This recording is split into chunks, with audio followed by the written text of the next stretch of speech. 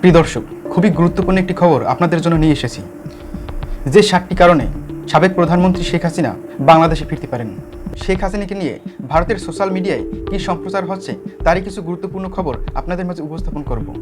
খুবই গুরুত্বপূর্ণ একটি খবর হতে যাচ্ছে। চলুন কথা না বাড়িয়ে শুরু করি আজকের এই ভিডিও। প্রধানমন্ত্রী রূপেই আবার দেশে ফিরবেন বাংলাদেশের সাবেক প্রধানমন্ত্রী ও আওয়ামী লীগ সভানেত্রী শেখ হাসিনা। কি ভাবছেন? এ আবার কি বলছি? হ্যাঁ, ভারতীয় গণমাধ্যমে এমনটাই দাবি করছেন হাসিনার ঘনিষ্ঠ সহযোগী যুক্তরাষ্ট্র আওয়ামী লীগের সহসভাপতি ডক্টর রাব্বি আলম। ছাত্র জনতার গণ অভ্যুত্থানে ক্ষমতাচ্যুত শেখ হাসিনাকে নিরাপদ আশ্রয় দেওয়ার জন্য একই সাথে তিনি ভারতকে জানান ধন্যবাদ। 12 মার্চ ভারতীয় গণমাধ্যমে দেওয়া এক সাক্ষাৎকারে এসব কথা বলেন তিনি। We really appreciate what have done the Prime Minister and Narendra Modi have provided the safe, travel permit for our Prime Minister, Honorable Sheikh Hasina. 5 August ছাত্র জনতার গণ অভ্যুত্থান তরুণ প্রজন্মের একটি ভুল দাবি করে ডক্টর রাব্বি আলম বলেন, তরুণ প্রজন্ম একটি ভুল করেছে, কিন্তু এটা তাদের দোষ নয়। একটি গোষ্ঠীর কারসাজিতেই নাকি তাদের করা হয়েছে ব্যবহার। তবে এখানেই থেমে যাননি রাব্বি আলম। শেখ হাসিনার শাসনের বিরুদ্ধে ছাত্র আন্দোলনকে সন্ত্রাসী বিদ্রোহ হিসেবে অভিহিত করে ডাক্তার আলম বলেন, বাংলাদেশ আক্রমণের মুখে রয়েছে। এই সংকটে আন্তর্জাতিক সম্প্রদায়কে হস্তক্ষেপ করা দরকার। নরেন্দ্র মোদী ও ভারতের প্রতি মন থেকে কৃতজ্ঞতা জানিয়ে যুক্তরাষ্ট্র আওয়ামী লীগের সহসভাপতি ডক্টর রাব্বি বলেন, আমি প্রধানমন্ত্রী নরেন্দ্র মোদীকেও ধন্যবাদ জানাই আমাদের প্রধানমন্ত্রী শেখ হাসিনাকে নিরাপদে ভ্রমণপথ দেওয়ার জন্য। আমরা ভারতের জনগণের কাছেও কৃতজ্ঞ। ভারত এখানে বাংলাদেশের ব্যাপারে সত্যিকার অর্থেই যাকে বলা হয় মহাশক্তিধর, মোর দ্যান এনিবডি। এখানে ভারত যদি শেখ হাসিনার জন্য শক্তি প্রয়োগ করতে চায় তাহলে ভারতকে বাধা দেওয়ার মতো শক্তি এখানে কারণে কোনো গ্লোবাল শক্তি তাকে বাধা দিতে পারবে না। এবং তারা যদি এই কাজটি করে তাহলে রাশিয়াও তাদেরকে সমর্থন দেবে। আমেরিকা দূর থেকে হম্বিতম্বি করবে কিন্তু মনে মনে খুশি হয়ে যাবে, এবং এটি ভারতের জন্য খুব বেশি দরকার। তো এটা হলো তার 1 নম্বর আশার বাণী। 2 নম্বর হলো যে এই সময়ের মধ্যে গত 7 মাসে তিনি প্রমাণ করতে পেরেছেন যে তার চেয়ে বিশ্বস্ত বন্ধু ভারতের নেই।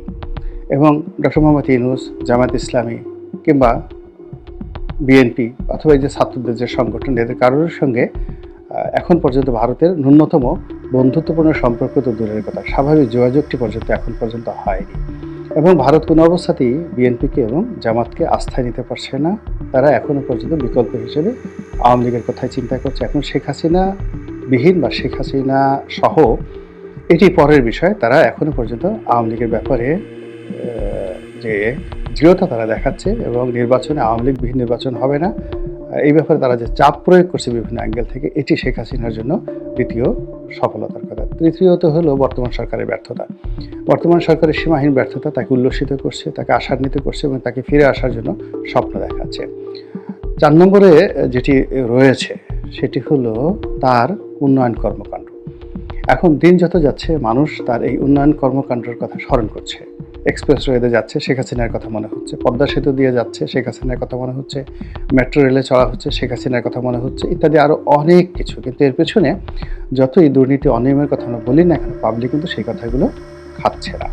এই গেল যাকে বলা হয় তার 4 নম্বর সম্ভাবনা। 5 নম্বরে হলো যে আমাদের দেশের জনগণ শাসক হিসেবে যে ধরনের মানুষ চায় শেখ হাসিনার মধ্যে সেই গুণাবলীগুলো ছিল। এবং এই যে শেখ হাসিনার দৃঢ়তা এবং তার জিদ, তার কাজ করার ক্ষমতা, তার দ্রুত সিদ্ধান্ত গ্রহণ করার ক্ষমতা, ক্ষতি করার ক্ষমতা, উপকার করার ক্ষমতা। তিনি যদি বলতেন যে আজকে আমি অমুক জায়গাতে একটা গ্রাম তৈরি করে দেবো, 24 ঘন্টার মধ্যে তিনি সেই গ্রাম ডিসিএসপির সব দৌলতে 24 ঘন্টার মধ্যে বাস্তুহারাদের জন্য একটা গ্রাম তৈরি হয়ে যেত। তিনি রাজনীতিতে সারপ্রাইজ দিতে ভালোবাসতেন। এই জিনিসগুলো মানুষজন খুব পছন্দ করে, নাটকীয়তা ভীষণ রকম পছন্দ করে। এটি হলো তার 6 নম্বর। আর 7 নম্বর হলো তার যে সঙ্গী সাথী তিনি তৈরি করে ফেলেছিলেন ব্যবসা বাণিজ্য, শিল্প, সাহিত্যে। এরা সবাই এই গত 7 মাসে সিমেন্টেড হয়ে গেছে।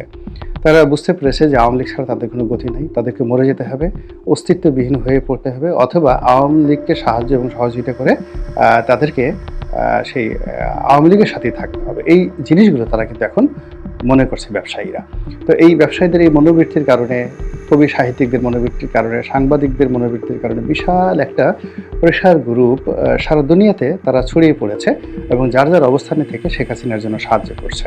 এখন ৭১ টিভির যারা সাংবাদিক, সেই নবনীতা চৌধুরী থেকে শুরু করে অন্য যারা রয়েছেন, তারপরে শেষে বিভিন্ন পত্রপত্রিকা যারা সাংবাদিক ছিলেন, তারা যে সকল ব্যবসায়ীরা পালিয়েছেন, তারা তাদের আত্মীয় স্বজন সবাই মিলে শেখ হাসিনার জন্য একটা ডিশ তৈরি করছেন, ফিরে আসার জন্য একটা অ্যান্টেনা তৈরি করছেন, তাকে ক্ষমতায় বসানোর জন্য আর একটা নতুন চেয়ার তৈরি করেছেন, এবং এই জিনিসটি শেখ হাসিনার জন্য একটা বিরাট আশার আলো। সময় বলে দেবে কোনটি আগে হয়, কোনটি পরে হয়, কোনটি সঠিক হয় এবং কোনটি বেঠিক হয়। মহান আল্লাহ রাব্বুল